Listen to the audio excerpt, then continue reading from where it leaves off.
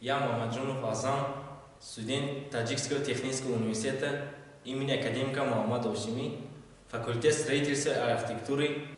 Сегодня я хочу прочитать монолог Евгения Евтушенко «Людей неинтересных в мире нет».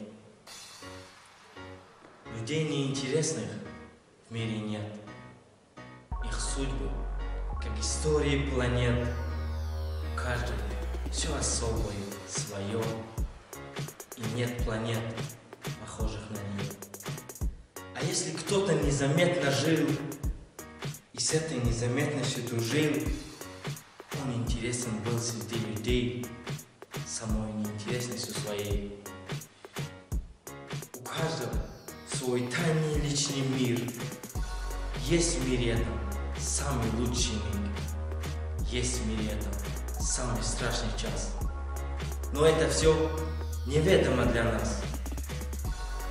Если умирает человек, с ним умирает первый во сне, первый поцелуй, первый бой.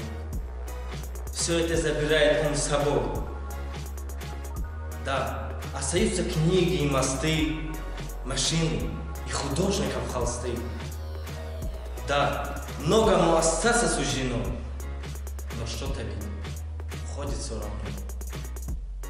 Таков закон безжалостной игры. Не люди умирают, а миры. Людей мы помним, грешных и земных.